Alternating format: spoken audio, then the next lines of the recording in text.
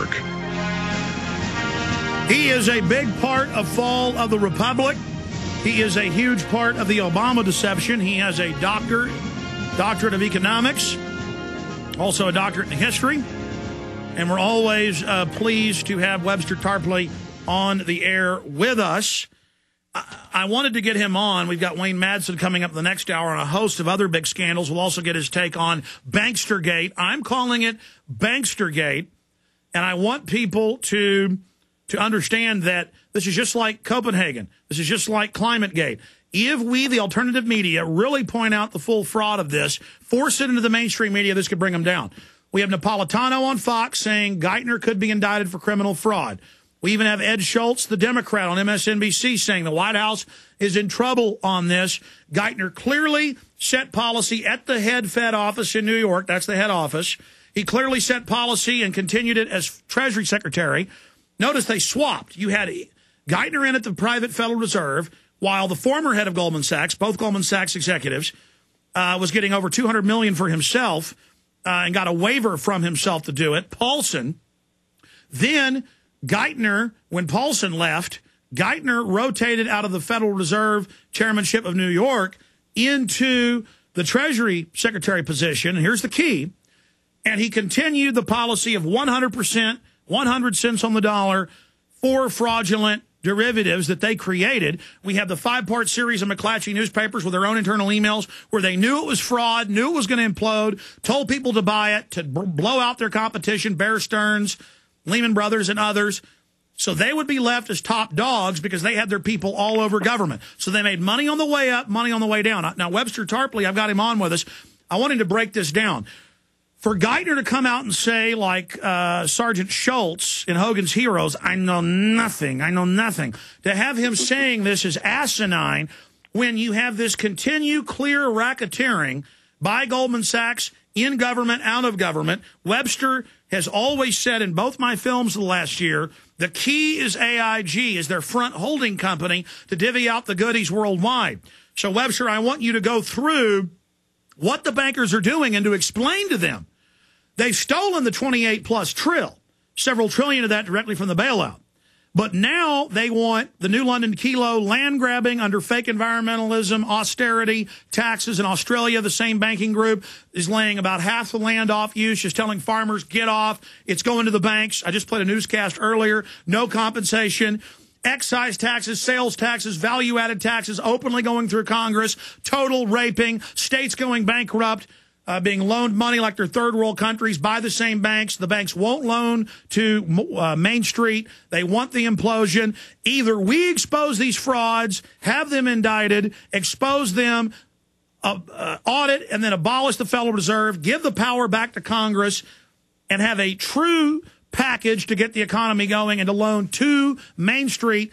It's over. We're already into the spiral of inflation. Might as well print, as you've said. I tend to agree with you on that facet.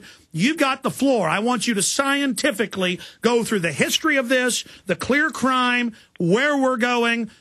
Webster Tarpley, economist, thank you for joining us. Thank you, Alex. I would propose let's go back to the issue at the center of these emails, and it is the question of derivatives. First of all, as you correctly point out, financial derivatives, paper based on paper, side bets on markets, and above all, AIG, the world's largest insurance company that set up during this past decade a hedge fund in London, a deregulated trading operation in London. And, of course, in London, the regulatory environment is non-existent. There are no rules in London. New York is bad. London is even worse. So AIG set up a hedge fund in London that issued a total of $3 trillion of derivatives. That's about, what, 1/5 of the gross domestic product of the United States, more than the gross domestic product of France. So remember, derivatives had been completely illegal from 1936 until 1982 under a New Deal law put through by Roosevelt. Derivatives were simply illegal.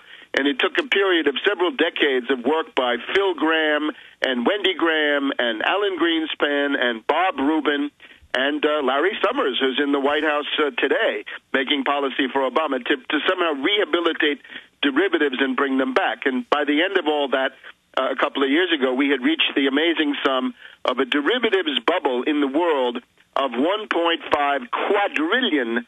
That is to say, 1,500 trillion, of which 3 trillion were in this AIG hedge fund. Now, when this panic started, it was clear that AIG hedge fund in London, AIG Financial it was called, they could not pay. These were credit default swaps and collateralized debt obligations that connected this London hedge fund of AIG to the entire New York, London, and European banking community. So in the middle of this crisis in the fall of 2008, we have, of course, as you mentioned, Hank Paulson of Goldman Sachs teaming up with Obama and also with McCain and also with Palin, because she supported it too, to bail out the banking system with $700 billion. And Glenn Beck, and he's now supporting new taxes to pay the bankers. Yeah, right.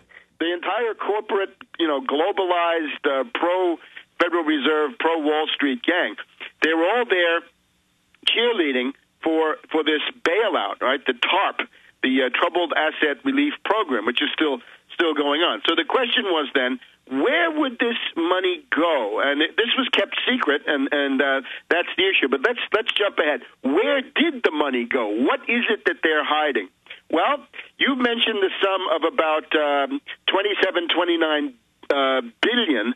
That is referring to the United States banks that were paid off by the AIG hedge fund in London, thanks to money from the U.S. taxpayers. So again, the idea is the U.S. Treasury under Paulson and then under Geithner, but under Paulson is where it starts.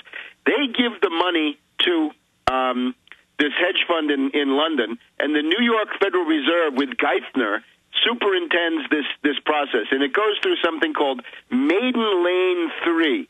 And Maiden Lane 3 is a company that they set up for the purpose of funneling money to AIG. So who gets the money? First of all, Goldman Sachs gets $13 billion. It's interesting because at this point, the head of AIG is a guy called Liddy, and he's also from Goldman Sachs. Ed Liddy from Goldman Sachs is getting the money from Hank Paulson. They've got their people everywhere in every administration for over a decade setting up this mother of all heists. And this is Goldman Sachs alias Government Sachs. So they've taken over the U.S. government, in effect, because they've got their alumni all over the place, including Bob Rubin and his protege, then Larry Summers. So Goldman Sachs gets $13 billion. Merrill Lynch, on the way to bankruptcy and being absorbed, gets $7 billion. Bank of America gets $5.2 billion. Citibank gets $2.3 billion. Wachovia gets $1.5 billion.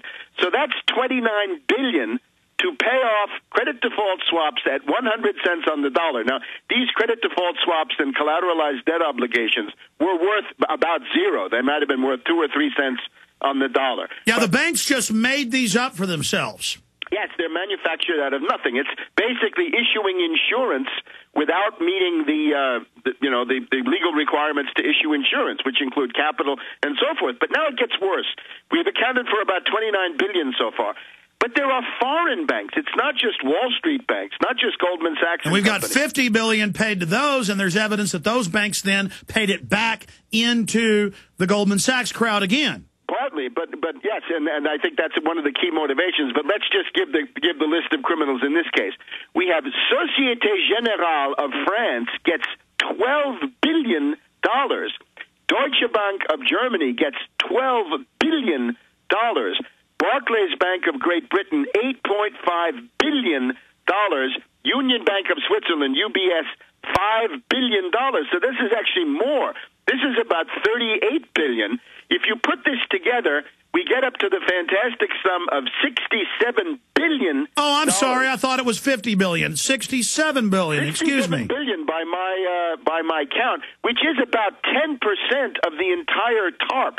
10% of the entire Troubled Assets program goes to Goldman Sachs or the partners of Goldman Sachs. And, of course, we want to stress, Citibank, Bank of America, these, of course, are institutions that are just as evil. But if you're running a criminal op, though, you want to use one gang, and Goldman Sachs clearly were the captains of this piratical fleet. Yes, they have been able to get more political influence, but this thing is all intertwined. So the idea was then that this should have been stated. All of the information that I've just gone through, the names of these banks and the billions that they got, should have been stated on a filing which AIG was legally required to make under the Securities Exchange Act of 1933. In other words, they were supposed to tell the Securities and Exchange Commission, okay, SEC, here are the banks that we paid, and here's how much we paid them. AIG, under Liddy of Goldman Sachs, sent a first draft of their SEC Schedule A filing, I think it's called, to essentially Geithner's people at the New York Federal Reserve. And the New York Federal Reserve and their lawyers told AIG, don't make this public now. Let's hide this for a while. Let's keep this under wraps because we don't want this to come out. And Geithner is sitting on the top of that institution. Now,